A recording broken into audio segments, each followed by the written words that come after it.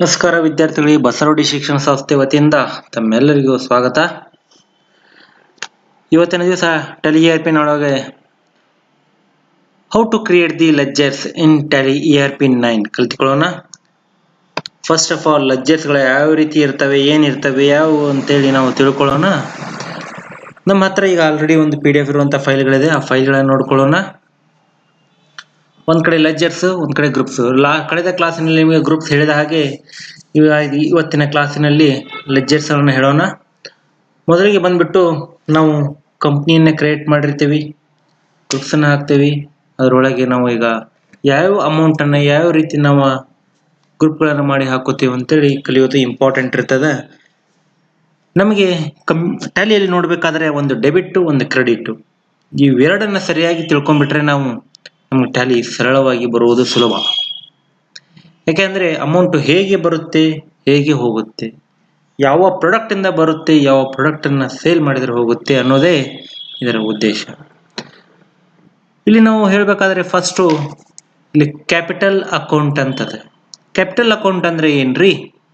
Capital account means ಇಲ್ಲಿ ಬಂಡವಾಳ ಹೂಡಿಕೆದಾರಿಗೆ ನಾವು ಕ್ಯಾಪಿಟಲ್ ಅಕೌಂಟ್ ಅಂತಿದೀವಿ. ಯಾರು ಓನರ್ ಇರ್ತಾರೆ, ಅವ್ರು ಬಂಡವಾಳ ಹೂಡಿಕೆ ಮಾಡಿರ್ತಾರೆ, ಅವರಿಗೆ ನಾವು ಕ್ಯಾಪಿಟಲ್ ಅಕೌಂಟ್ ಅಂತ ಹೇಳ್ತೀವಿ. ಅದನ್ನ ಗ್ರೂಪ್ ಕ್ಯಾಪಿಟಲ್ ಅಕೌಂಟ್ ಅಂತ ತೋರಿಸ್ಬೇಕಾಗ್ತದೆ. ಎರಡನೇದಾಗಿ ಫರ್ನಿಚರ್ ಅಂತದ ನೋಡಿ. ಇಲ್ಲಿ ಫರ್ನಿಚರ್ ಇದ್ರೆ ಅದ ಫಿಕ್ಸ್ಡ್ ಅಸೆಟ್ಸ್ ಅಂತ ಬರ್ತದೆ. ಯಾಕೆ ಅಂತಂದ್ರೆ ನಾವು ಒಂದು ಕಂಪ್ನಿ ಒಳಗ, ಒಂದು ಶಾಪ್ ಒಳಗ, ಒಂದು ಅಂಗಡಿ ಏನೋ ಅಕೌಂಟ್ ಮಾಡೋ ಇಲ್ಲಿ ಫರ್ನಿಚರ್ಸ್ ಗಳನ್ನ ಯೂಸ್ ಮಾಡ್ಕೊಳ್ಳಿಕ್ಕೆ ಪರ್ಚೇಸ್ ಮಾಡಿರ್ತೇವೆ ನಾವು. ಅದು ನಮಗೆ ಯಾವಾಗಿದ್ರು ಸೇಲ್ ಮಾಡ್ತಾ ಇರೋದಿಲ್ಲ, ಅದಕ್ಕೆ ನಮಗೆ ಆಸ್ತಿ ಇದ್ದಾಗೆ. ಫಿಕ್ಸ್ಡ್ ಅಸೆಟ್ಸ್ ಅಂದ್ರೆ ಏನ್ರಿ? ನಮ್ದು ಸ್ಥಿರ ಆಸ್ತಿ ಅಂತ ಹೇಳ್ತೇವೆ ನಾವು.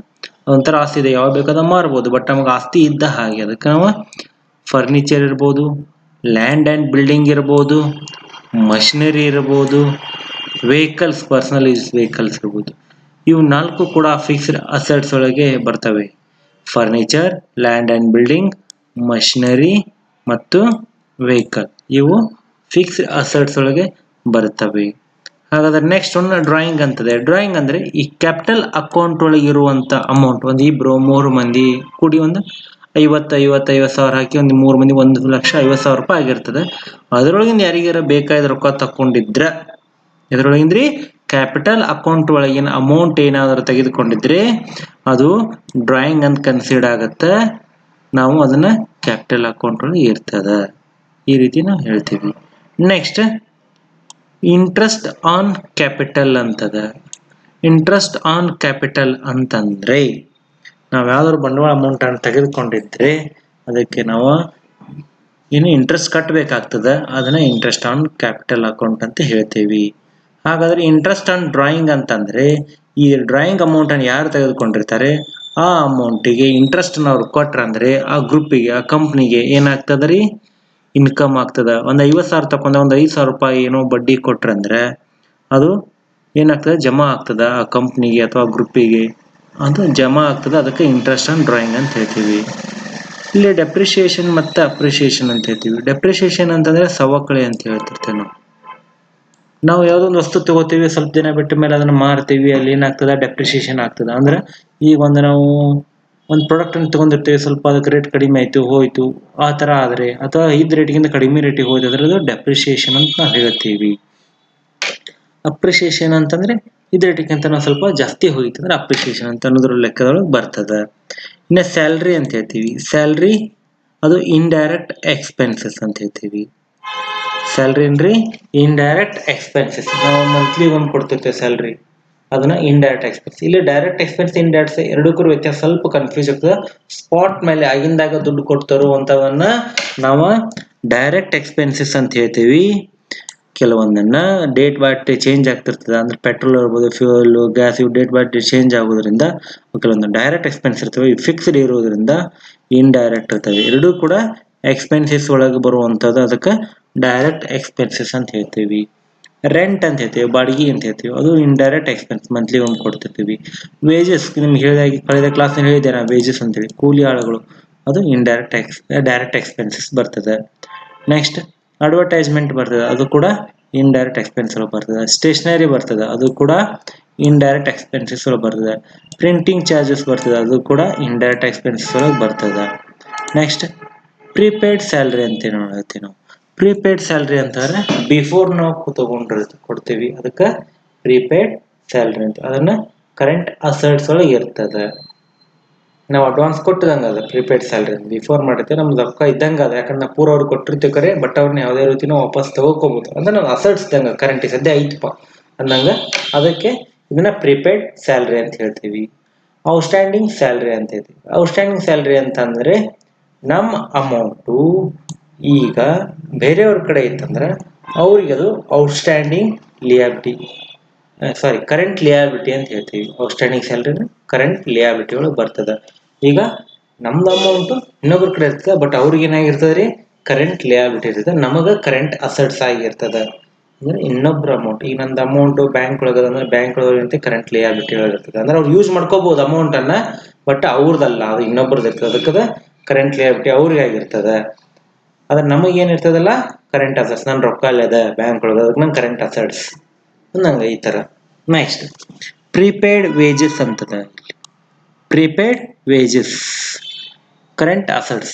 ಕೆಲಸ ಮಾಡೋದ್ರಲ್ಲಿ ಬಿಫೋರ್ ಕೊಟ್ಟಿರ್ತೀವಿ, ಅದೇನಾದ್ರು ಬಿಫೋರ್ ಕೊಟ್ರೆ ಇಲ್ಲ ಅವನು ಕರೆಂಟ್ ಅಸೆಟ್ಸ್. ವರ್ಕ್ ಮುಗಿದಿರೋದಿಲ್ಲ ಬಟ್ ಬಿಫೋರ್ ಫಂಡ್ ಮಾಡ್ತೀವಿ ಅಂದ್ರೆ ಕರೆಂಟ್ ಅಸೆಟ್ಸ್ ಅಂತ ಹೇಳ್ತೀವಿ.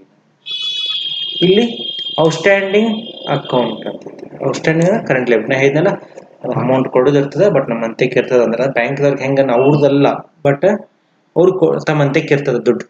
ಔಟ್ಸ್ಟ್ಯಾಂಡಿಂಗ್ ಅಂದ್ರೆ ಅವ್ರದಲ್ಲ, ಬಟ್ ಅವ್ರ ಹಂತಕ್ಕೆ ಇರ್ತದ ಕಸ್ಟಮರ್. ಹಾಗೆ ನಮ್ದು ಯಾರ್ದಾರ ನಮ್ಮ ಅಮೌಂಟ್ ನಮ್ಮ ಹತ್ರ ಇತ್ತಂದ್ರೆ ಅದು ನಮಗೆ ಯೂಸ್ ಮಾಡ್ಕೋಬಹುದು, ಬಟ್ ಅವ್ರು ಯಾವಾಗ ಕೇಳ್ತಾರ ಕೊಡ್ಬೇಕಾಗ್ತದೆ. ಅದಕ್ಕೆ ಕರೆಂಟ್ ಲಯಬಿಲಿಟೀಸ್ ಅಂತ ನಾವು ಹೇಳ್ತೀವಿ. Discount on sales. ಇವತ್ತು ನಾವು 50 ರೂಪಾಯಿ ಒಂದು ಪರ್ಚೇಸ್ ಮಾಡಿರ್ತೀವಿ, ಅದನ್ನ ನಾವು ಡಿಸ್ಕೌಂಟ್ ಮಾಡಿ 19 ರೂಪಾಯಿ ನಾವು ಸೇಲ್ ಮಾಡಿದೀವಿ ಅಂದ್ರೆ ನಮಗೆ ಡಿಸ್ಕೌಂಟ್ ಆಗಿ ನಮ್ಗೆ ಅಲ್ಲಿ 1 ರೂಪಾಯಿ ನುಕ್ಸಾನ್ ಆಗ್ತದೆ. ಅದ ಇಂಡೈರೆಕ್ಟ್ ಎಕ್ಸ್ಪೆನ್ಸ್ ಅಂತೀವಿ 1 ರೂಪೀಸು. ಅದಕ್ಕೆ ಡಿಸ್ಕೌಂಟ್ ಆನ್ ಸೇಲ್ಸ್ ಅಂತೀವಿ. Discount on purchase. ನಾವೇನಾದ್ರೂ ಪರ್ಚೇಸ್ ಮಾಡ್ಕೊಳಕ್ ಹೋದಾಗ ನಮಗೆ ಏನು 1-2 ರೂಪಾಯಿ ಡಿಸ್ಕೌಂಟ್ ಮಾಡಿಕೊಟ್ರೆ ಅಂದ್ರೆ ಅಲ್ಲಿ 2 ರೂಪಾಯಿ ನಮ್ಗೆ ಇನ್ಕಮ್ ಆಗಿರ್ತದೆ. 25 ರೂಪಾಯಿ ಕೊಡೋದನ್ನ 23 ರೂಪಾಯಿ ಕೊಟ್ಟರೆ 2 ರೂಪೀಸ್ ಇನ್ಕಮ್ ನಮಗೆ. ಅದಕ್ಕೆ ಡಿಸ್ಕೌಂಟ್ ಆನ್ ಪರ್ಚೇಸ್ ಅಂತ ನಾವು ಹೇಳ್ತೀವಿ. ಡಿಸ್ಕೌಂಟ್ ಅಲೋ ಅದು ಇಂಡೈರೆಕ್ಟ್ ಎಕ್ಸ್ಪೆನ್ಸ್ ಬರ್ತದೆ. ಡಿಸ್ಕೌಂಟ್ ರಿಸೀವ್ಡ್ ಎರಡು ಸೇಮ್ ಬರ್ತಾವ್ರಿ ಇದು ಮೇಲೆನು. Next interest receive. ನಿಮ್ಗೆ ಆಗಲೇ ಹೇಳ್ದಂಗೆ ಏನಾರ ಬಡ್ಡಿ ನಮ್ಗೆ ಏನಾರ ಬಂತಂದ್ರೆ ಅದ ಇಂಡೈರೆಕ್ಟ್ ಇನ್ಕಮ್ ಆಗಿರ್ತದೆ ಅಮೌಂಟು. ಆಮೇಲೆ ಇಂಟ್ರೆಸ್ಟ್ ಪೇಡ್. ನಾವು ಏನಾದರೂ ಅಮೌಂಟ್ ಇಂಟ್ರೆಸ್ಟ್ ಕಟ್ಟಿದೀವಿ ಅಂದ್ರೆ ನಮ್ಮ ಕಡೆ ಅದು ಇಂಡೈರೆಕ್ಟ್ ಎಕ್ಸ್ಪೆನ್ಸಸ್ ಆಗ್ತದೆ. Carriage inward. ಯಾವ್ದಾರ ಮಟೀರಿಯಲ್ಸ್ ಅನ್ನು ತಗೊಳಕತ್ತೀವಿ ಅಂದ್ರೆ ಅಲ್ಲಿ ಅಮೌಂಟ್ ಕೊಡ್ಬೇಕಾಗ್ತದೆ, ಅದಕ್ಕೆ ಡೈರೆಕ್ಟ್ ಎಕ್ಸ್ಪೆನ್ಸ್ ಹೇಳ್ತೀವಿ. ಕ್ಯಾರೇಜ್ ಔಟ್ವರ್ಡ್ ಅಂತಂದ್ರೆ ನಮ್ಗೆ ಹೋಗು ಇರ್ತಾವ, ನಾವು ಆಮೇಲೆ ಕೊಡ್ಬೋದು, ಅದಕ್ಕೆ ಕ್ಯಾರೇಜ್ ಡೈರೆಕ್ಟ್ ಎಕ್ಸ್ಪೆನ್ಸ್ ಅಂತೀವಿ. ಕ್ಯಾರೇಜ್ ನೋಡಿ, ಈಗ ಯಾವ ಒಂದು ಈಗ ನಾವು ಆನ್ಲೈನ್ ಶಾಪಿಂಗ್ ಮಾಡ್ತೀವಿ, ಕ್ಯಾಶ್ ಆನ್ ಡೆಲಿವರಿ ಮಾಡ್ತೀವಿ, ಯಾವ್ದಾದ್ರು ಮಟೀರಿಯಲ್ಸ್ ಬಂದು ನಾವು ತಗೋತೀವಲ್ಲ ಅದಕ್ಕೆ ಡೈರೆಕ್ಟ್ ಎಕ್ಸ್ಪೆನ್ಸ್ ಅಂತೀವಿ. ಅದೇ ರೀತಿ ಪರ್ಚೇಸ್ ಅಂದ್ರೆ ಪರ್ಚೇಸ್ ಅಕೌಂಟು, ಪರ್ಚೇಸ್ ರಿಟರ್ನ್ ಅಂದ್ರೆ ಪರ್ಚೇಸ್ ಅಕೌಂಟ್. ಇವೆರಡಕ್ಕೂ ವ್ಯತ್ಯಾಸ ನೋಡ್ರಿ. ನಿಮ್ಗೆ ಕಳೆದ ಕ್ಲಾಸ್ನಲ್ಲಿ ಹೇಳಿದ್ದೆ ನಿಮ್ಗೆ ಪರ್ಚೇಸ್ ಅಕೌಂಟ್ ಅಂದ್ರೆ ಏನಂತ. ನಾವು ಯಾವುದರ ಒಂದು ಮಟೀರಿಯಲ್ಸ್ ಅನ್ನ ಪರ್ಚೇಸ್ ಮಾಡಿದ್ರೆ ಅವ್ರು ದುಡ್ಡು ಕೊಡ್ತೇವಿ. ಫಾರ್ ಎಕ್ಸಾಂಪಲ್ ಇವತ್ತೊಂದು 5 ಮೊಬೈಲ್ ಅನ್ನ ತಂದೆ ಅಂತ ತಿಳ್ಕೊರಿ. 1,000 ರೂಪಾಯಿ ಒಂದು ಮೊಬೈಲ್, 5 ಮೊಬೈಲ್ ತಂದ್ರೆ 5,000 ರೂಪಾಯಿ ಕೊಟ್ಟೆ ನಾ ಅವ್ರಿಗೆ. 5 ಮೊಬೈಲ್ ತಂದೆ, ಅದಕ್ಕೆ ಅವರು ಪರ್ಚೇಸ್ಡ್ ಬೈ 5 ಮೊಬೈಲ್ಸ್ ಅಂತ ಹಾಕ್ತೀವಿ. ಅದಕ್ಕೆ ಅಮೌಂಟ್ 5,000 ಡೆಬಿಟ್ ಸೈಡ್ ಹಾಕಿರ್ತೀವಿ. ಇನ್ ಕೇಸ್ ಅದರಾಗಿಂದ ಏನಾದರೂ ರಿಟರ್ನ್ ಆತಂದ್ರೆ, ರಿಟರ್ನ್ ಕೊಟ್ರೆ ನಮ್ಗೆ ವಾಪಸ್ ಅವ್ರು ಏನ್ ಮಾಡ್ತಾರೆ, ಅಮೌಂಟ್ ಅನ್ನ ಕೊಡ್ತಾರೆ. ನಾವು 2 ವಾಪಸ್ ಕೊಟ್ರೆ 2,000 ರೂಪಾಯಿ ವಾಪಸ್ ಕೊಟ್ರೆ ಅಂದ್ರೆ ಆ 2,000 ರೂಪಾಯಿ ಪರ್ಚೇಸ್ ರಿಟರ್ನ್ ಫಾರ್ ಮೊಬೈಲ್ ಅಂತ ಹಾಕಿ ಪರ್ಚೇಸ್ ಅಕೌಂಟ್ 2,000 ರೂಪಾಯಿ ಹಾಕ್ತೀವಿ. ಅಂದ್ರೆ ಇದ್ರೊಳಗೆ ಆಟೋಮೆಟಿಕ್ 2,000 ರೂಪಾಯಿ ಮೈನಸ್ ಆಗಿ 3,000 ರೂಪಾಯಿದಷ್ಟ ಪರ್ಚೇಸ್ ಬರ್ತದೆ. ಅದಕ್ಕೆ ಪರ್ಚೇಸ್ ರಿಟರ್ನ್ ಅಂತ ಹೇಳ್ತೀವಿ. ಅದೇ ರೀತಿ ನಾವು ಅದ ಮೊಬೈಲ್ ಅನ್ನ 3 ಮೊಬೈಲ್ ಮತ್ತೆ ಕುಳಿದಿರ್ತಾವು, ಅದನ್ನ ನಾವು ಏನಾದ್ರೂ 3 ಮೊಬೈಲ್ ಸೇಲ್ ಮಾಡ್ತೀವಿ, ಅದ್ರವಾಗ ಸೇಲ್ಸ್ ಅಮೌಂಟ್ ಸೇಲ್ಸ್ ಅಕೌಂಟ್ ಒಳಗೆ ಹಾಕ್ತೀವಿ. 1,500 ರುಪೀಸ್ ಅನ್ನ ಹಾಕ್ಬೋದು ಅಂತ ತಿಳ್ಕೊರಿ. ನಾವು 4,500 ರೂಪಾಯಿ ಆಗ್ತದೆ, 4,500 ಆಗ್ತದೆ. ಆ 4,500 ಒಂದು ಮೊಬೈಲ್ ಡ್ಯಾಮೇಜ್ ಆಗಿತ್ತಂದ್ರೆ ರಿಟರ್ನ್ ನಮ್ಗೆ ಒಂದು ಮೊಬೈಲ್ ತಂದು ಕೊಡ್ತಾರು. ಆ ಮೊಬೈಲ್ ನಾವು ಏನ್ ಮಾಡ್ಬೋದ್ರಿ, ಅವ್ರಿಗೆ 1,500 ರುಪೀಸ್ ವಾಪಸ್ ಕೊಡ್ತೀವಿ. ಅದ 1,500 ರುಪೀಸ್ ಏನು ವಾಪಸ್ ಕೊಡ್ತೀವಲ್ಲ ಅದ ಸೇಲ್ಸ್ ರಿಟರ್ನ್ ಅಂತ ಹೇಳ್ತೀವಿ. ಹಾಗಾದ್ರೆ ಸೇಲ್ಸ್ ಅಕೌಂಟ್ ಎದಕ್ಕೆ ಹಾಕ್ತೇವೆ ಅಂದ್ರೆ ನಾವು ಸೇಲ್ ಮಾಡಿದ್ದನ್ನ ಹೊಳ್ಳಿ ರಿಟರ್ನ್ ಅವ್ರಿಗೆ ಕೊಡ್ತಿರ್ತೀವಿ ಅಮೌಂಟ್, ಅದಕ್ಕೆ ಸೇಲ್ಸ್ ರಿಟರ್ನ್ ಅಂತ ಹಾಕ್ತೀವಿ. ಇದು ಡೆಬಿಟ್ ಸೈಡ್ ಇರ್ತದೆ, ನಾವು ಕೈಲಿಂದ ಕೊಡ್ತಿರ್ತೇವೆ ಅವಾಗ ಅದ ಡೆಬಿಟ್ ಸೈಡ್. ಖರ್ಚಾದ್ರೆ ನಮ್ಮ ಕಡೆ ದುಡ್ಡು ಖರ್ಚಾದ್ರೆ ಡೆಬಿಟ್ ಸೈಡ್, ದುಡ್ಡು ಬಂದ್ರೆ ಕ್ರೆಡಿಟ್ ಅಂತ ತಿಳ್ಕೊರಿ. Next customer account sundry debtors, supplier account sundry debtors, bad debts, ನೀವೇನಾದ್ರೂ ಒಂದು ಅಮೌಂಟನ್ನು ಯೂಸ್ ಮಾಡಿನೂ ಅದು ಏನಾದರೂ ಅಕಸ್ಮಾತ್ ಅದು ಯೂಸ್ ಆಗಲಿಲ್ಲ ಸರಿ ಅಂದ್ರೆ ಬ್ಯಾಡ್ ಡೆಟ್ಸ್ ಅಂತೀವಿ. ನೀವು ಆನ್ಲೈನ್ ಪೇ ಮಾಡಿರ್ತೀವಿ, ಏನೋ ಒಂದು ಮರ್ತೀವಿ, ಅದೇನೋ ಯೂಸ್ ಆಗಲಿಲ್ಲ ಅಂದ್ರೆ ಅದು ಬ್ಯಾಡ್ ಡೆಟ್ಸ್ ಅಂದ್ರೆ ಯೂಸ್ ಆಗದೇ ಇರುವಂಥ ಅಮೌಂಟು ಖರ್ಚಾಗಿರ್ತದ, ಬಟ್ ಅದ್ರ ಕೆಲಸ ಏನೂ ಆಗಿರೋದು ಅಂದ್ರೆ ಬ್ಯಾಡ್ ಡೆಟ್ಸ್ ಅಂತ ಹೇಳ್ತೀವಿ. ನೆಕ್ಸ್ಟ್ ರಿಸರ್ವ್ ಫಾರ್ ಡೇಟ್ಫುಲ್ ಡೆಟ್ಸ್ ಅಂತ ಹೇಳ್ತೀವಿ. ಅಂದ್ರೆ ಅನುಮಾನಾಸ್ಪದವಾದ ಸಾಲಗಳನ್ನ ಸ್ವಲ್ಪ ಇರ್ತಾವ, ಖರ್ಚುಗಳು ಅನುಮಾನಾಸ್ಪದ ಸಾಲ ಬರ್ತಿರ್ತಾವ ಗೊತ್ತಿಲ್ಲ ಅಂಥವನ್ನ ರಿಸರ್ವ್ ಫಾರ್ ಡೇಟ್ಫುಲ್ ಡೆಟ್ಸ್ ಅಂತ, ಅವು ಇಂಡೈರೆಕ್ಟ್ ಎಕ್ಸ್ಪೆನ್ಸ್ ಹಾಕ್ತೀವಿ.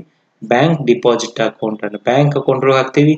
ಬ್ಯಾಂಕ್ ಲೋನ್ ಅನ್ನ ಸೆಕ್ಯೂರ್ಡ್ ಲೋನ್ಸ್ ಅಂತೀವಿ. ಯಾಕಂದ್ರೆ ನಾವು ಬ್ಯಾಂಕ್ ಅಕೌಂಟ್ ಅನ್ನ ಏನೋ ರೇಟ್ ತಗೊಂಡಿರ್ತೀವಿ, ಅದು ಸೆಕ್ಯೂರ್ಡ್ ಆಗಿ ಇಟ್ಟಿರ್ತೀವಿ, ನಮ್ದು ಏನು ಡಾಕ್ಯುಮೆಂಟ್ಸ್ ಇಟ್ಟಿರ್ತೀವಿ, ಇದು ಬಂಗಾರ ಇಟ್ಟಿರ್ತೀವಿ, ಏನೋ ಒಂದು ಇಟ್ಟಿರ್ಬೋದು, ಅದು ಸೆಕ್ಯೂರ್ಡ್ ಲೋನ್ಸ್ ಅಂತ ಬರ್ತದೆ. ಕಮಿಷನ್ ರಿಸೀವ್ಡ್ ಅಂತಾರೆ, ಅಕಸ್ಮಾತ್ ಯಾರಿಗಾರ ಏನೋ ಒಂದು ಕೊಡ್ಸಿರ್ತೀವಿ, ಏನೋ ಮಾಡ್ತೀವಿ, ಕಮಿಷನ್ ತಗೋತೀವಿ, ಅದಕ್ಕೆ ಇಂಡೈರೆಕ್ಟ್ ಇನ್ಕಮ್ ಅಂತೈತಿ, ನಮ್ಮ ಅಮೌಂಟ್ ಬರ್ತದೆ, ಅದಕ್ಕೆ ಕಮಿಷನ್ ರಿಸೀವ್ಡ್ ಅಂತ ಹೇಳ್ತೀವಿ. ಕಮಿಷನ್ ನಾವೇನಾದ್ರು ಪೇಡ್ ಮಾಡಿದ್ರೆ ಕೈಲಿಂದ ಇಂಡೈರೆಕ್ಟ್ ಎಕ್ಸ್ಪೆನ್ಸ್ ಆಗ್ತದೆ. ಬಿಲ್ಸ್ ರಿಸೀವಬಲ್ ಅಂತೀವಿ, ಕರೆಂಟ್ ಲೇಔಟ್ ಇರ್ತದೆ. ಬಿಲ್ಸ್ ಪೇಯಬಲ್ ಕರೆಂಟ್ ಲೇಔಟ್ ಇರ್ತದೆ. ನೆಕ್ಸ್ಟ್ ಬ್ಯಾಂಕ್ ಓಡಿ ಬ್ಯಾಂಕ್ ಅಕೌಂಟ್ ಇರ್ತದೆ. ಓವರ್ ಡ್ರಾಫ್ಟ್ ಅಂತ ಹೇಳ್ತಾನೆ, ಬ್ಯಾಂಕ್ ಓಡಿ ಓವರ್ ಡ್ರಾಫ್ಟ್, ನಮ್ಗೆ ಇರುವಂತ ಅಮೌಂಟ್ಗಿಂತ ಜಾಸ್ತಿ ಅಮೌಂಟನ್ನು ತಗೊಳಕ ಬ್ಯಾಂಕ್ ಓಡಿ ಅಂತೀವಿ. ನೆಕ್ಸ್ಟ್ ಇನ್ವೆಸ್ಟ್ಮೆಂಟ್ ಒಳಗನ ಬರ್ತದೆ. Closing stock, current assets, closing stock T A, sales account ಇರ್ತದೆ. ಗುಡ್ ವಿಲ್ ಅಂತ ಹೇಳ್ತಿರ್ತೇವೆ ನಾವು. ಗುಡ್ ವಿಲ್ ಅಂದ್ರೆ ಗೊತ್ತಿರೋ ತಮ್ಮೆಲ್ಲರಿಗೂ, ಒಂದು ಏನಾದರೂ ಎಕ್ಸ್ಟ್ರಾರ್ಡಿನರಿ ಕೆಲಸ ವರ್ಕನ್ನು ಮಾಡಿ ಸಬಾಷ್ ಅಂತ ಹೇಳ್ಕೊತಿರ್ತಿರಲ್ಲ, ಆ ಥರ ವರ್ಕನ್ನು ಗುಡ್ ವಿಲ್ ಅಕೌಂಟ್ ಒಳಗೆ ಬರ್ತದೆ. ಏನೋ ಒಂದು ವರ್ಕ್ ಮಾಡ್ತೀವಿ. ಲೀಗಲ್ ಫಂಡ್ ಅಂತ ಹೇಳ್ತಿರ್ತೀವಿ. ಲೀಗಲ್ ಫಂಡ್ ಅಂತಂದ್ರೆ ಕಾನೂನಾತ್ಮಕ ಅಮೌಂಟ್ ಅಲ್ಲಿ ಇರ್ತದೆ, ಲೀಗಲ್ ಆಗಿರ್ತದೆ, ಅದನ್ನ ಇಂಡೈರೆಕ್ಟ್ ಎಕ್ಸ್ಪೆನ್ಸ್ ಒಳಗೆ ಬರ್ತದೆ ಅಂತ ಖರ್ಚು ಬಂದ್ರೆ. ರೆಮ್ಯುನೇಷನ್ಸ್ ಅಂದ್ರೆ ಇಂಡೈರೆಕ್ಟ್ ಎಕ್ಸ್ಪೆನ್ಸ್ ಒಳಗೆ ಬರ್ತದೆ, ಇದು ಸಂಭಾವನೆ ನಿಧಿ ಅಂತ ಹೇಳ್ತೇವೆ ನಾವು, ಆ ಥರ. ಲೇಬರ್ ಲೈಸೆನ್ಸ್ ಫೀಸ್ ಅದು ಇಂಡೈರೆಕ್ಟ್ ಎಕ್ಸ್ಪೆನ್ಸ್ ಬರ್ತದೆ. ಕೋರ್ಟ್ ಸ್ಟಾಂಪ್ ಇಂಡೈರೆಕ್ಟ್ ಎಕ್ಸ್ಪೆನ್ಸ್ ಬರ್ತದೆ. Sales tax, duties and tax, ಈ ಟ್ಯಾಕ್ಸಸ್ ಯಾವುದೇ ಬಂದರೂ ಡ್ಯೂಟೀಸ್ ಅಂಡ್ ಟ್ಯಾಕ್ಸ್ ಒಳಗೆ ಬರ್ತದೆ, ಉಳ್ಕೊಂಡ್ಬಿಡ್ರಿ. ಸೇಲ್ಸ್ ಟ್ಯಾಕ್ಸ್ ಇರ್ಬೋದು, ಇನ್ಕಮ್ ಟ್ಯಾಕ್ಸ್ ಇರ್ಬೋದು, ಇಂಟರ್ಸ್ಟೇಟ್ ಇರ್ಬೋದು, GST ಇರ್ಬೋದು, GST, ಫೀ GST, ಇವೇನಿರ್ತವೆಲ್ಲವೂ ಡ್ಯೂಟೀಸ್ ಅಂಡ್ ಟ್ಯಾಕ್ಸಸ್ ಒಳಗೆ ಬರ್ತದೆ. ಆಡಿಟಿಂಗ್ ಫೀಸ್ ಇರ್ತದೆ, ವರ್ಷಕ್ಕೊಮ್ಮೆ ಇರ್ತದೆ, ಯಾವಾಗಾರ ಇರ್ಬೋದು, ತಿಂಗಳಿಗೊಮ್ಮೆ, ವರ್ಷಕ್ಕೆ ಏನೋ ಆಗಿರ್ಬೋದು, ಅದು ಇಂಡೈರೆಕ್ಟ್ ಎಕ್ಸ್ಪೆನ್ಸಸ್ ಬರ್ತದೆ. ಇಂಟ್ರೆಸ್ಟ್ ಪೇಡ್ ಅಂಡ್ ಡಿಪಾಸಿಟ್, ಅದು ಇಂಡೈರೆಕ್ಟ್ ಎಕ್ಸ್ ಬರ್ತದೆ. Cheque discount, loan and advance ಒಳಗೆ ಬರ್ತದೆ. Tax debit, cash and security, fixed assets ಒಳಗೆ ಬರ್ತದೆ. ಸರ್ವಿಸ್ ಚಾರ್ಜಸ್ ಇಂಡೈರೆಕ್ಟ್ ಎಕ್ಸ್ಪೆನ್ಸ್ ಬರ್ತದೆ. ಮಲ್ಟಿಪಲ್ ಡಿಪಾಸಿಟ್, ಅದು ಕೂಡ ಡಿಪಾಸಿಟ್ ಅಸೆಟ್ಸ್ ಒಳಗೆ ಬರ್ತದೆ. ಕ್ಲಿಯರಿಂಗ್ ಚಾರ್ಜ್, ಅದು ಇಂಡೈರೆಕ್ಟ್ ಎಕ್ಸ್ಪೆನ್ಸ್ ಒಳಗೆ ಬರ್ತದೆ. ಇಂಪೋರ್ಟ್ ಡ್ಯೂಟೀಸ್ ಅಂತ ಇರ್ತದೆ, ಅದು ಡ್ಯೂಟೀಸ್ ಅಂಡ್ ಟ್ಯಾಕ್ಸ್ ಒಳಗೆ ಬರ್ತದೆ. ನೆಕ್ಸ್ಟ್ ಇಂಪಾರ್ಟೆಂಟ್ ಡ್ಯೂಟೀಸ್ ಬರ್ತದೆ. ಇಂಟ್ರೆಸ್ಟ್ ಆನ್ ಇನ್ವೆಸ್ಟ್ಮೆಂಟ್, ಅದು ಇಂಡೈರೆಕ್ಟ್ ಇನ್ಕಮ್, ಯಾವ ಇನ್ವೆಸ್ಟ್ಮೆಂಟ್ ಹಾಕಿದ್ವಿ ಅಂದ್ರೆ ಅದಕ್ಕೆ ಏನಾರ ಇನ್ಕಮ್ ಬಂತಂದ್ರೆ, ಇಂಟ್ರೆಸ್ಟ್ ಬಂದ್ರೆ ಅದು ಇಂಡೈರೆಕ್ಟ್ ಇನ್ಕಮ್ ಆಗಿರ್ತದೆ. ರಾಯಲ್ಟಿ ಪೇಡ್ ಅಂತಂದ್ರೆ ಇಂಡೈರೆಕ್ಟ್ ಎಕ್ಸ್ಪೆನ್ಸ್. ರಾಯಲ್ಟಿ ರಿಸೀವ್ಡ್ ಅಂತ ಇಂಡೈರೆಕ್ಟ್ ಇನ್ಕಮ್. ಇಲ್ಲಿ ರಿಸೀವ್ಡ್ ಅಂದ್ರೆ ಇನ್ಕಮ್ ಆಗಿರ್ತದೆ, ಪೇಡ್ ಅಂದ್ರೆ ಎಕ್ಸ್ಪೆನ್ಸ್ ಒಳಗಿರ್ತದೆ, ನೆನ್ಪಿಟ್ಕೊಂಡ್ಬಿಡಿ. ಏನಂದ್ರೆ ರಿಸೀವ್ಡ್ ಅಂದ್ರೆ ಯಾವಾಗಿದ್ರು ಇನ್ಕಮ್ ಒಳಗಿರ್ತದ, ಪೇಡ್ ಅಂದ್ರೆ ಯಾವಾಗಿದ್ರು ಎಕ್ಸ್ಪೆನ್ಸಸ್ ಒಳಗೆ ಇರ್ತದ. ಹಾಗಾದ್ರೆ postage and Telegram indirect expenses ಇದೆ. ಮಾರ್ಟ್ಗೇಜ್ ಲೋನ್ ಅಕೌಂಟ್ ಅಂದ್ರೆ ಇಂಡೈರೆಕ್ಟ್ ಇನ್ಕಮ್ ಒಳಗಿರ್ತದೆ. ಅಂದ್ರೆ ಮಾರ್ಟ್ಗೇಜ್ ಅಂತಂದ್ರೆ ನಮಗ ಏನೊಂದು ಅಡಮಾನ ಇಟ್ಟು ಸಾಲ ತಗೊಂಡಿರ್ತೀವಲ್ಲ ಅಮೌಂಟ್, ಅದಕ್ಕೆ ಮಾರ್ಟ್ಗೇಜ್ ಅಂತ ಹೇಳ್ತಿರ್ತೇವೆ ನಾವು. ಆ ಥರ ಇದ್ರೆ ಅದು ಇನ್ನು ಇಂಡೈರೆಕ್ಟ್ ಇನ್ಕಮ್. ಲೋನ್ ತಗೊಂಡಿರ್ತೇನೋ ಅದು ಇಂಡೈರೆಕ್ಟ್ ಇನ್ಕಮ್ ಆಗಿರ್ತದೆ. ಟ್ರಾವೆಲಿಂಗ್ ಅಕೌಂಟ್ ಅಂದ್ರೆ ಇಂಡೈರೆಕ್ಟ್ ಎಕ್ಸ್ಪೆನ್ಸ್ ಒಳಗೆ ಬರ್ತದೆ. ಟೆಲಿಫೋನ್ ಚಾರ್ಜ್ ಇಂಡೈರೆಕ್ಟ್ ಎಕ್ಸ್ಪೆನ್ಸ್ ಬರ್ತದೆ. ಪ್ಯಾಕಿಂಗ್ ಫಾರ್ವರ್ಡಿಂಗ್ ಇಂಡೈರೆಕ್ಟ್ ಎಕ್ಸ್ಪೆನ್ಸ್ ಬರ್ತದೆ. ಡ್ಯೂಟೀಸ್ ಅಂಡ್ ಆಕ್ಟ್ರಿ ಅಂತ ಇರ್ತದೆ. ಡ್ಯೂಟೀಸ್ ಅಂಡ್ ಆಕ್ಟ್ರಿ ಅಂದ್ರೆ ತೆರಿಗೆ ಕರ ಅಂತ ಹೇಳ್ತೇವೆ ನಾವು. ಅದ ಮಹಾನಗರ ಪಾಲಿಕೆ ಇರ್ಬೋದು, ಜಿಲ್ಲಾ ಇರ್ಬೋದು, ಅದಕ್ಕೆ ನಾವು ತೆರಿಗೆ ಕರ ಅಂತ ಹೇಳ್ತಿರ್ತೇವೆ ನಾವು. ಅದು ಕೂಡ ಇಂಡೈರೆಕ್ಟ್ ಎಕ್ಸ್ಪೆನ್ಸಸ್ ಬರ್ತದೆ. ಸೆಂಡ್ರಿ ಎಕ್ಸ್ಪೆನ್ಸ್ ಇಂಡೈರೆಕ್ಟ್ ಎಕ್ಸ್ಪೆನ್ಸ್ ಬರ್ತದೆ. Opening stock in hand, starting ಏನಾರ ನಾವು ಒಂದು ಮಟೀರಿಯಲ್ಸ್ ಅಂಗಡಿ ಶಾಪಿಗೆ ಹಾಕ್ತೀವಿ, ಇಯರ್ ಸ್ಟಾರ್ಟಿಂಗ್ ಇರ್ತದೆ, ಅವಾಗ ಏನು ಮಟೀರಿಯಲ್ಸ್ ಇರ್ತದೆ ಅದಕ್ಕೆ ಓಪನಿಂಗ್ ಸ್ಟಾಕ್ ಅಂತ ಹೇಳ್ತೀವಿ. ಓಪನಿಂಗ್ ಸ್ಟಾಕ್ ಅಂದ್ರೆ ಏನ್ರಿ, ಸ್ಟಾರ್ಟಿಂಗ್ ಬಿಸ್ನೆಸ್ ಮಾಡಬೇಕಾದಾಗ ನಾವು ಇಷ್ಟು ಮಟೀರಿಯಲ್ಸ್ ಅಂತ ತರ್ತೀವಿ, ಅದ ಓಪನಿಂಗ್ ಸ್ಟಾಕ್ ಅಂತ ಹೇಳ್ತೀವಿ. ಅದನ್ನ ಸ್ಟಾಕ್ ಇನ್ ಹ್ಯಾಂಡ್ ಒಳಗೆ ಇರ್ತದೆ. ಅಥವಾ ಇಯರ್ಲಿ ಕ್ಲೋಸ್ ಆತಂದ್ರೆ ಮಾರ್ಚ್ 31 ಕ್ಲೋಸ್ ಆತಂದ್ರೆ ನೆಕ್ಸ್ಟ್ ಏಪ್ರಿಲ್ 1ನೇ ತಾರೀಕಿಗೆ ನಮ್ಮ ಮಂತ್ಗೆ ಏನು ಸ್ಟಾಕ್ ಇರ್ತದ ಅದನ್ನ ಸ್ಟಾಕ್ ಇನ್ ಹ್ಯಾಂಡ್ ಅಂತೀವಿ. ನಾವು ಯಾವಾಗ ಅಕೌಂಟ್ ಮಂತ್ಲಿ ಕ್ಲೋಸ್ ಮಾಡಕತ್ರ, ಮಂತ್ಲಿ ಕ್ಲೋಸ್ 1ನೇ ತಾರೀಕಿಗೆ ನೆಕ್ಸ್ಟ್ ಡೇದ ಏನು ಉಳಿದಿರ್ತದೆ ಸ್ಟಾಕ್, ಅದನ್ನ ಕ್ಲೋಸಿಂಗ್ ಸ್ಟಾಕ್ ಅಂತ ಹೇಳ್ತಿರ್ತೀವಿ. ಸ್ಟಾರ್ಟ್ ಆಗೋದು ಓಪನಿಂಗ್ ಸ್ಟಾಕ್ ಅಂತ ಹೇಳ್ತಿರ್ತೀವಿ. ಕ್ಲೋಸ್ ಆಗಿದ್ದನ್ನ ಕ್ಲೋಸಿಂಗ್ ಸ್ಟಾಕ್ ಅಂತ ಹೇಳ್ತೀವಿ. ಸ್ಟಾರ್ಟ್ ಆಗೋದನ್ನ ಓಪನಿಂಗ್ ಸ್ಟಾಕ್ ಅಂತ ಹೇಳ್ತೀವಿ. ಮಟೀರಿಯಲ್ಸ್ ಇರುವುದನ್ನ. ಇನ್ವೆಸ್ಟ್ಮೆಂಟ್ ಒಳಗೆ ಬರ್ತದೆ. Cash at bank account. Cash in hand ಒಳಗೆ ಬರ್ತದೆ. Return outward sales account. Return outward ನಿಮಗೆ ಪರ್ಚೇಸ್ ರಿಟರ್ನ್ ಸೇಲ್ಸ್ ರಿಟರ್ನ್ ಅಂದಂಗ, ಪರ್ಚೇಸ್ ರಿಟರ್ನ್ ಅಂದ್ರೆ ರಿಟರ್ನ್ ಔಟ್ವರ್ಡ್, ಸೇಲ್ಸ್ ರಿಟರ್ನ್ ಅಂದ್ರೆ ರಿಟರ್ನ್ ಇನ್ವರ್ಡ್. ಎರಡು ಒಂದರಿ. ಸೇಲ್ಸ್ ರಿಟರ್ನ್ ಅಂದ್ರೆ ಒಂದ, ರಿಟರ್ನ್ ಇನ್ವರ್ಡ್ ಅಂದ್ರೆ ಒಂದ, ಪರ್ಚೇಸ್ ರಿಟರ್ನ್ ಅಂದ್ರೆ ಒಂದ, ರಿಟರ್ನ್ ಔಟ್ವರ್ಡ್ ಅಂದ್ರು ಒಂದೇ ಬರ್ತದ. Salaries to stop, indirect expense. Next manufacturing expenses direct expense ಬರ್ತದೆ. Freight and duties direct expense ಬರ್ತದೆ. Power and fuel direct expense ಬರ್ತದೆ. ಗ್ಯಾಸ್ ಆ್ಯಂಡ್ ಫ್ಯೂಲ್ ಅದು ಕೂಡ ಡೈರೆಕ್ಟ್ ಎಕ್ಸ್ಪೆನ್ಸಸ್ ಬರ್ತದೆ. ನೋಡಿ, ಈ ಥರ ನಾವು ನೆನಪಿಟ್ಕೊಂತ ಹೋಗ್ಬೇಕಾಗ್ತದೆ. ಸ್ವಲ್ಪ ದಿನ ನಾವು ಪ್ರಾಕ್ಟೀಸ್ ಮಾಡಿದರೆ ಇವು ಕೂಡ ನೆನಪುಳಿದಿರ್ತವೆ. ಹಾಗಾದರೆ ನಾವು ಇದನ್ನು ಲೆಜರ್ಸ್ಗಳನ್ನು ಹೇಗೆ ಕ್ರಿಯೇಟ್ ಮಾಡ್ತೇವೆ ನೋಡೋಣ. ನಂತರ ನಾವು ನಿಮಗೆ ಎಕ್ಸಾಂಪಲ್ ಮುಖಾಂತರ ನಾವು ಹೇಳ್ಕೊಲಿಕ್ಕೆ ಅನುಕೂಲ ಆಗ್ತದೆ. ಈ ಸದ್ಯ ಮಟ್ಟಿಗೆ ನಾವು ಏನು ಮಾಡೋಣ ಅಂತಂದ್ರೆ, ಲೆಜರ್ಸ್ಗಳನ್ನು ನಾವು ಖಾಲಿ ಅಂದ್ರೆ ಅಮೌಂಟ್ ಹಾಕದೆ ಹಾಗೆ ಲೆಜರ್ಸ್ಗಳನ್ನು ಕ್ರಿಯೇಟ್ ಮಾಡೋಣ. ಹಾಗಾದರೆ ನಾವು ಒಂದು ಟ್ಯಾಲಿ ಒಳಗೆ ಏನು ಮಾಡೋಣ, ಕ್ರಿಯೇಟ್ ಮಾಡೋಣ. ಹಾಗಾದರೆ Tally ERP9 open ಮಾಡೋಣವಾ. Tally ERP9 ನಾನು ಇವಾಗ ಓಪನ್ ಮಾಡ್ತಾ ಇದ್ದೇನೆ. ಟ್ಯಾಲಿ ERP9 ಓಪನ್ ಆಯಿತು. ಹೊಸ ಕಂಪ್ನಿಯನ್ನು ಕ್ರಿಯೇಟ್ ಮಾಡಬಹುದು ಅಥವಾ ಹಳೇದು ಯಾವುದಾದ್ರೂ ಇದ್ರೆ ಕಂಪ್ನಿಯನ್ನು ನಾವು ಓಪನ್ ಮಾಡ್ಕೋಬಹುದು. ಈಗ ನಮ್ಮ ಹತ್ರ ಯಾವುದಾದ್ರೂ ಕಂಪ್ನಿ ಇದ್ರೆ ಆಲ್ಟ್ F3 ಕಂಪ್ನಿ ಕ್ರಿಯೇಷನ್ ಏನು ಮಾಡತ್ತೀನಿ ಅಂದ್ರೆ, ಈಗ ಆಲ್ಟ್ F3 ಅನ್ನ ಕ್ಲಿಕ್ ಮಾಡತ್ತೀನಿ. ನಾ ಇಲ್ಲೇ ಕ್ರಿಯೇಟ್ ಕಂಪ್ನಿಯನ್ನು ಸೆಲೆಕ್ಷನ್ ಮಾಡ್ಕೊಳ್ತಾ ಇದ್ದೇನೆ. ಅಥವಾ ಬೇಡಪ್ಪ ಅಂತಂದ್ರೆ ಈ ಹಿಂದೆ ನಾನು ಓಪನ್ ಮಾಡಿರುವಂಥ ಕಂಪ್ನಿ ಅಥವಾ ಕ್ರಿಯೇಟ್ ಮಾಡಿರುವಂಥ ಕಂಪ್ನಿಯನ್ನು ಓಪನ್ ಮಾಡ್ಕೊಳ್ತಾ ಇದ್ದೇನೆ. ಅದು ಈ ಒಂದು ಕಂಪ್ನಿ ಅದ, BS ಕಂಪ್ನಿ ಮಾಡಿದ್ದೆ, ಅದನ್ನು ಕೂಡ ಓಪನ್ ಮಾಡ್ತಾ ಇದ್ದೇನೆ. ಈಗ ನಾನು ಎಸ್ಕೇಪ್ ಅನ್ನು ಪ್ರೆಸ್ ಮಾಡಿದ್ರೆ ಗೆಟ್ವೇ ಆಫ್ ಟ್ಯಾಲಿಗೆ ಹೋಗ್ತೀವಿ. ಈಗ ಕಂಪ್ನಿ ಇನ್ಫಾರ್ಮೇಶನ್ ಅದೇ, ನಾ ಎಸ್ಕೇಪ್ ಅನ್ನು ಪ್ರೆಸ್ ಮಾಡ್ತಿದ್ದೇನೆ, ಗೆಟ್ವೇ ಆಫ್ ಟ್ಯಾಲಿ ಬರ್ತದ. ಸೊ ಹಾಗಾದರೆ F3 ಕಂಪ್ನಿ ಕ್ರಿಯೇಷನ್ ಬರ್ತದ. ನಮಗೀಗ ನಾ ಏನು ಮಾಡಿ ಗೆಟ್ವೇ ಆಫ್ ಟ್ಯಾಲಿ ಬಂದು ಎಸ್ಕೇಪ್ ಪ್ರೆಸ್ ಮಾಡಿದ್ದಕ್ಕೆ ಇದರೊಳಗೆ ನಾನು ಅಕೌಂಟಿಂಗ್ ಇನ್ಫಾರ್ಮೇಶನ್ ಅನ್ನ ಎಂಟ್ರಿ ಮಾಡ್ತೀನಿ.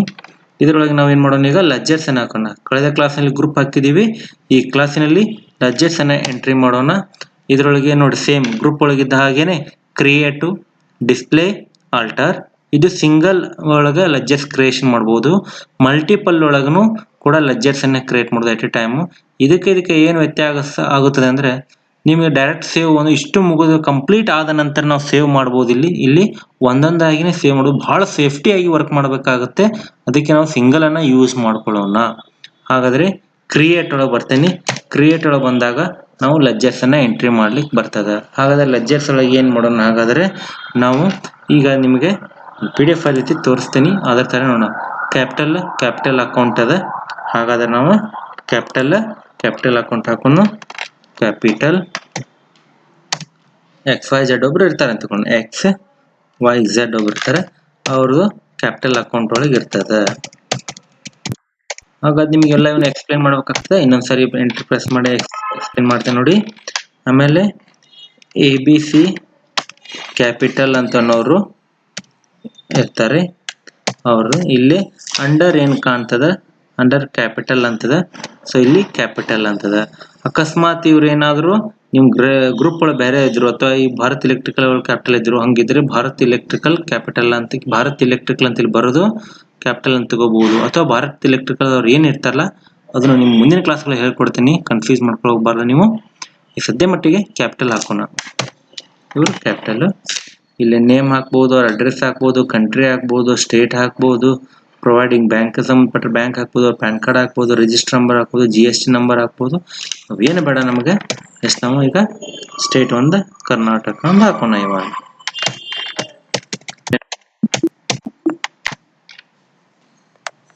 ಈಗ ಮೇಲಿಂಗ್ಸ್ ನೇಮ್ ಇರ್ತದೆ ಕ್ಯಾಪಿಟಲ್ ಒಳಗೆ ಬಂದಾಗ. ಈಗ ನಾಮದಿಬ್ಬರದ್ದು ಹಾಕಿ ಈ ತರ ಕ್ಯಾಪಿಟಲ್ ಅನ್ನ ಹಾಕೊಂತ ನಾವು ಎಂಟ್ರಿ ಮಾಡ್ಕೊಂತ ಹೋಗ್ಬಹುದು. ಹಾಗಾದ್ರೆ ಈಗ ಫರ್ನಿಚರ್ ಅದ. ಫರ್ನಿಚರ್ ಈ ಕೆಲವೊಂದಿಷ್ಟು ನಾವು ಹಾಕೊಂಡ್ರೆ ಫರ್ನಿಚರ್ ಮಾಡ್ತಿರ್ತೇವೆ. ಫರ್ನಿಚರ್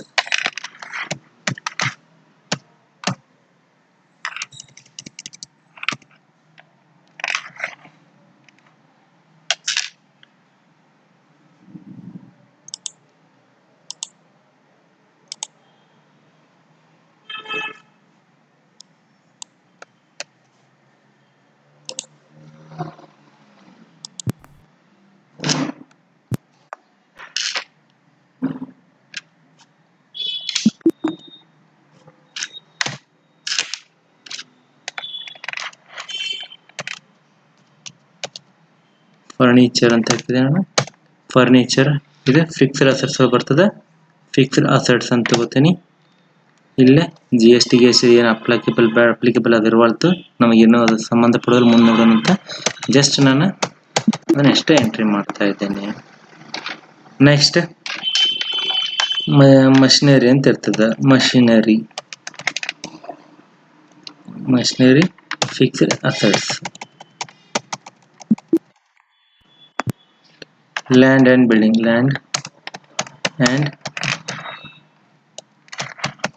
ಬಿಲ್ಡಿಂಗ್ ಅಂತ ಇರ್ತದೆ. ಅದನ್ನು ಕೂಡ ನಾವು ಫಿಕ್ಸ್ಡ್ ಅಸೆಟ್ಸ್ ಒಳಗೆ ಹಾಕ್ತೀವಿ.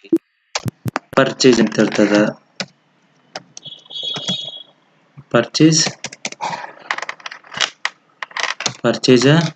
ಪರ್ಚೇಸ್ ಅಕೌಂಟ್ ಒಳಗೆ ಹಾಕ್ತೀವಿ.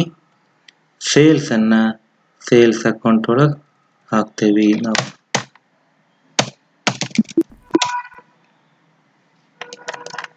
ಸೇಲ್ಸ್ ಅಕೌಂಟ್ ಒಳಗೆ ಹಾಕ್ತೀವಿ. ಸೇಲ್ಸ್ ಅಕೌಂಟ್ ಒಳಗನೆ ಎಂಟ್ರಿ ಮಾಡ್ತೀವಿ. ಸೇಲ್ಸ್ ಅಕೌಂಟ್ ಹೌದ್ರಿ. ಅಕಸ್ಮಾತ್ ಪರ್ಚೇಸ್ ರಿಟರ್ನ್ಸ್ ಇತ್ತಂದ್ರೆ ಪರ್ಚೇಸ್ ರಿಟರ್ನ್ ಅಂತ ಅಮೌಂಟ್ ಹಾಕ್ಬೇಕಾಗ್ತದೆ. ಪರ್ಚೇಸ್ ಅಕೌಂಟ್ ಒಳಗೆ ಬರ್ತದೆ. ಹಾಗೆ ಸೇಲ್ಸ್ ರಿಟರ್ನ್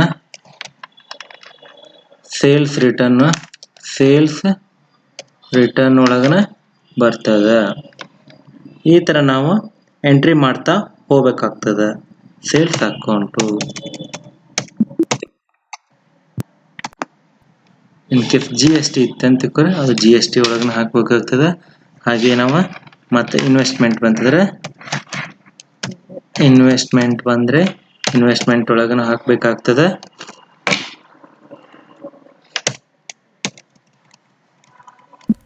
ಇನ್ವೆಸ್ಟ್ಮೆಂಟ್ಸ್ ಒಳಗೆ ಹಾಕ್ತೀವಿ. ಲೋನ್ ಬಂದ್ರೆ ಲೋನ್ ಲಿಯಾಬಿಲಿಟಿ ಹಾಕ್ತೀವಿ.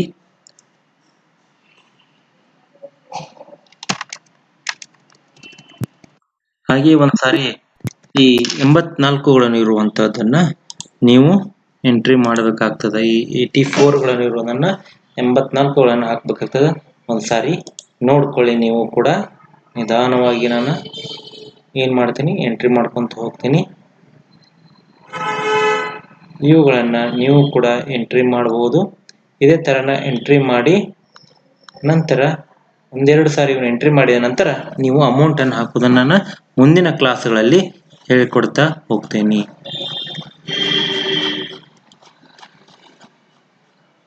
ನೋಡಿದ್ರಲ್ಲ ವಿದ್ಯಾರ್ಥಿಗಳೇ, ಟ್ಯಾಲಿ ERP ನ ಲೆಡ್ಜರ್ಸ್ ಹೇಗೆ ಕ್ರಿಯೇಟ್ ಮಾಡುತ್ತಾ.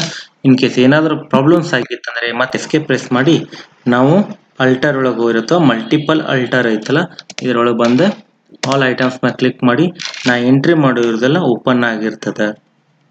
ಇದರೊಳಗೆ ನಾ ಎಂಟ್ರಿ ಮಾಡಿಲ್ಲ, ಇದು ಡಿಫಾಲ್ಟ್ ಇರ್ತದೆ. ಪ್ರಾಫಿಟ್ ಆ್ಯಂಡ್ ಲಾಸ್ ಅಕೌಂಟ್, ಆಮೇಲೆ ಕ್ಯಾಶ್ ಇನ್ ಹ್ಯಾಂಡ್, ಕ್ಯಾಶ್, ಇವೆರಡು ಒಂದು ಕ್ಯಾಶು, ಇನ್ನೊಂದು ಪ್ರಾಫಿಟ್ ಆ್ಯಂಡ್ ಲಾಸ್ ಅಕೌಂಟ್. ಇವೆರಡು ಕೂಡ ಡಿಫಾಲ್ಟ್ ಆಗಿರ್ತದೆ. ನೀವು ಏನು ವೆರಿ ಮಾಡೋ ಹಾಗಿಲ್ಲ. ಉಳಿದಿರೋ ನಾವು ಎಂಟ್ರಿ ಮಾಡಿದಿರ್ತದೆ ಅದನ್ನು ಓಪನ್ ಮಾಡಿ ಸಿಂಗಲ್ ನಿಮ್ಗೆ ಏನಾದ್ರು ಮಿಸ್ಟೇಕ್ ಇದ್ರೆ ನಾವು ಇವಾಗ ತೋರಿಸ್ತೀನಿ. ಫರ್ನಿಚರ್ ಅಂತದ, ಇದೇನಾದರೂ ಚೇಂಜ್ ಇತ್ತಂದ್ರೆ ಇಲ್ಲಿ ಚೇಂಜ್ ಮಾಡ್ಕೊಂತ ಹೋಗ್ಬೋದು. ಅಕೌಂಟಿಗೆ ಕರೆಕ್ಟ್ ಸರಿಯಾಗಿರೋದ್ರಿಂದ ಏನು ಚೇಂಜಸ್ ಮಾಡ್ತಾ ಹೋಗೋದಿಲ್ಲ. ಸೊ ಒಂದ್ಸರಿ ಸಂಪೂರ್ಣವಾಗಿ ಎಂಟ್ರಿ ಬಟನ್ ಪ್ರೆಸ್ ಮಾಡ್ತಾ ಹೋಗಿ ಕಂಪ್ಲೀಟ್ ಆದ ತಕ್ಷಣ ಎಸ್ ಅಂತ ಕ್ಲಿಕ್ ಮಾಡಿ ಮತ್ತೆ ಬ್ಯಾಕ್ ಬನ್ನಿ. ಎಸ್ಕೇಪ್, ಇಲ್ಲಿ ಹೆಚ್ಚು ಕೀಬೋರ್ಡ್ ಅನ್ನ ಆಪರೇಟ್ ಮಾಡ್ತಾ ಬನ್ನಿ. ಸೊ ಇಷ್ಟು ಮಾಡಿ ನೀವು ಲೆಡ್ಜರ್ಸ್ ಅನ್ನ ಹಾಕೋದು ಬರ್ತದೆ. ಇದು ಬ್ಲ್ಯಾಂಕ್ ಲೆಡ್ಜರ್ಸ್ ಅನ್ನ ಅಮೌಂಟ್ ಹಾಕದೇ ಇರುವಂತ ಲೆಡ್ಜರ್ಸ್. ನೆಕ್ಸ್ಟ್ ನಿಮಗೆ ಕ್ರೆಡಿಟ್ ಡೆಬಿಟ್ ಅಮೌಂಟ್ ಅನ್ನು ಹಾಕುವುದನ್ನು ಕೂಡ ಲೆಡ್ಜರ್ಸ್ ಮುಂದಿನ ಕ್ಲಾಸ್ಗಳಲ್ಲಿ ಹೇಳ್ತಾ ಹೋಗ್ತೇನೆ ವಿದ್ಯಾರ್ಥಿಗಳೇ. ಅಲ್ಲಿವರೆಗೂ ಈ ಉಳಿದ ಎಲ್ಲ 84 ಇರುವಂತಹ ಕೂಡ ಇನ್ನೂ ಹೆಚ್ಚಿನ ರೀತಿಯಲ್ಲಿ ಇರುವಂತ ಲೆಡ್ಜರ್ಸ್ಗಳನ್ನು ಹಾಕುವುದನ್ನು ಹೇಳ್ತೇನೆ. ನೀವು ಪ್ರಾಕ್ಟೀಸ್ ಮಾಡಬೇಕಾಗ್ತದೆ ಬಹಳಷ್ಟು. ಪ್ರಾಕ್ಟೀಸ್ ಮಾಡಿ. So thank you. ಒಂದ್